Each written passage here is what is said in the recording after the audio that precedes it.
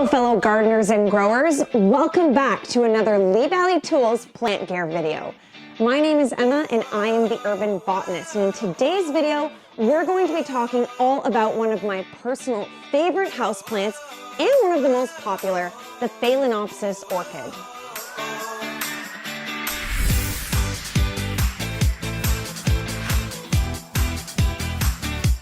There are just over 22,000 species of orchids, and orchid questions are ones that I get regularly. Good news is that these beautiful epiphytic plants are relatively easy to grow and keep blooming year after year with blooms lasting up to 6 months long. One of the great things about these orchids is that they're pretty inexpensive and very easy to find. Typically, you can pick one up at your local grocery store, supermarket, and of course, your local nursery. We are going to be diving into everything orchids in this video, including sunlight, watering techniques, growing methods, and so much more.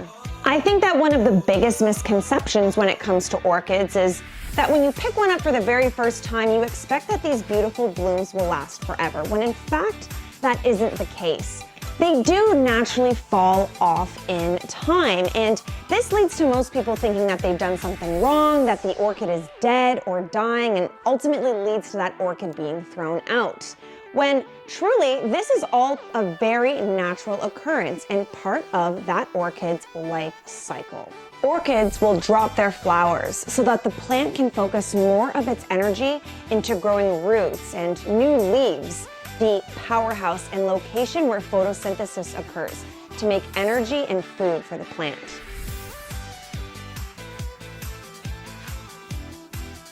So if your orchid at home is looking a little bit more like this orchid that I have here, not to worry. It's simply putting more energy into growing big, new green leaves.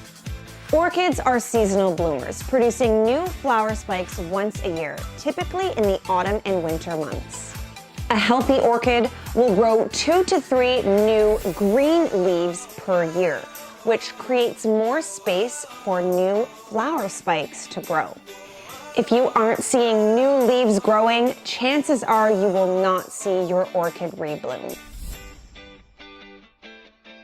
Not only do the flowers dry, but the spikes will dry as well. Again, this is a totally normal part of the orchid's life cycle.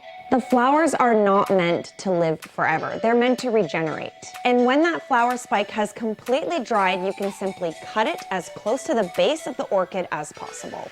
Now that we've talked about the flowers, let's talk about the other really unique part of this plant, the roots. Orchids are epiphytic plants, meaning that they grow above ground using other plants, trees, rocks, and even roots for structural support.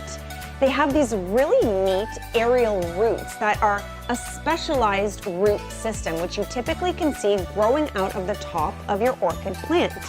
Green roots can also indicate that your plant is well watered, where silvery roots or deflated looking roots can indicate that your orchid needs to be watered.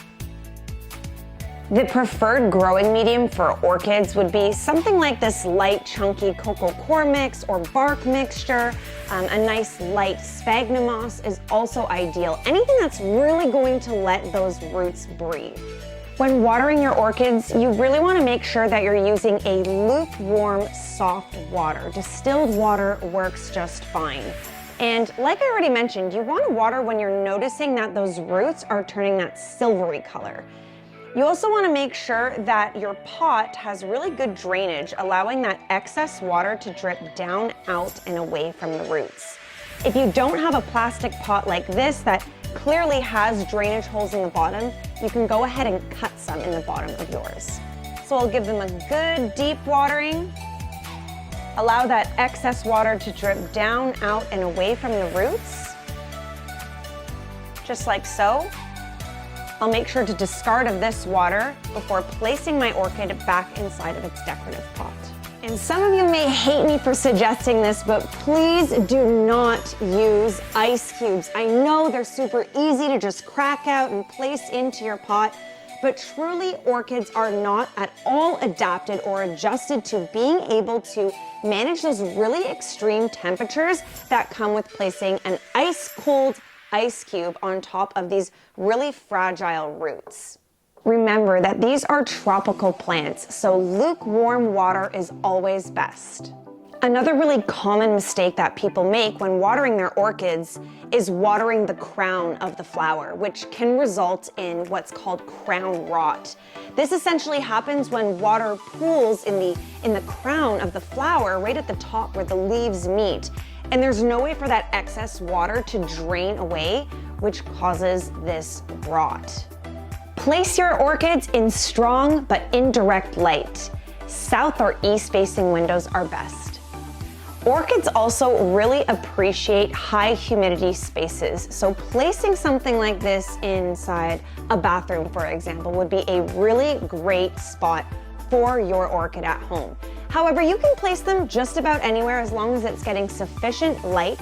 Sufficient light will always mean that your orchid will be able to re-bloom year after year. However, if you'd like to introduce some supplementary humidity, you can do that very easily with some of these steps. One way is by simply spraying your orchid with a spray bottle. This provides some nice little added humidity and it works great. Another way that you can introduce humidity and is a little bit more hands-off is with a pebble tray. A pebble tray works really well. All you really need is a shallow dish filled with stones. I then fill that dish with some water and place my orchid simply on top of those stones. Now, as the water evaporates slowly over time, it's going to create sort of this little micro ecosystem, this little small area where humidity is a little bit higher than the rest of your home.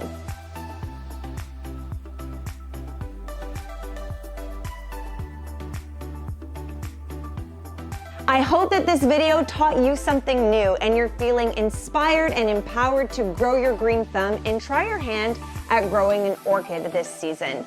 Thank you so much for tuning in and learning something new with Lee Valley Tools today. We will see you in the next video.